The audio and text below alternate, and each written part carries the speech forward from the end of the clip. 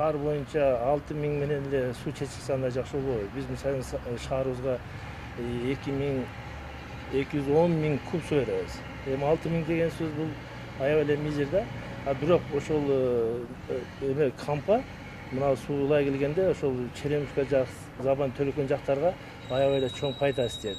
Себеби ошол жакта жашаган 25 миң калкка мурун 1,6 миң болгон Алмаз Атамбаевич кургандан экинчи резерв 12 миң куб суу турат да. Азыр байкап көрсөңүздөр мына силер как журналист катары байкасаңар болот. Мына ушул Черемушка жак ошо суулай келген жакта дагы 1 суткадан ашыгыраак ошол суу ошо кампадан толгон суу ошол жакты камсыз кылып турат да. Азыр эми суу ичкичтер биздин шаарда суу ичкөндө мына Акбурадан ичкен жактагылар ичинде кыйналат. Ал эми мына сиз айткан 6000 жак ошо Черемушка ичип турат. Бул деген сөз ошол 20% камсыз кылат да шаарда. 80% ичинде Акбурага үчүн 80% население суу калат да, калган 20% жогору население суу ичип турат.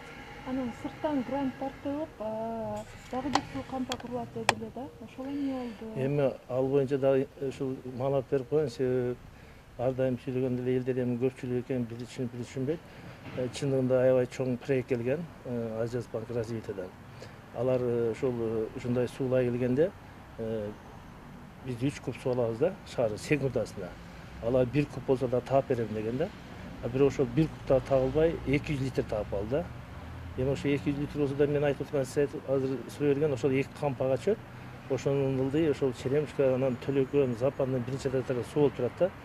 Эми толук кандуу алар ошол сууну таппай калды. Эми ал үчүн водоканал эми биз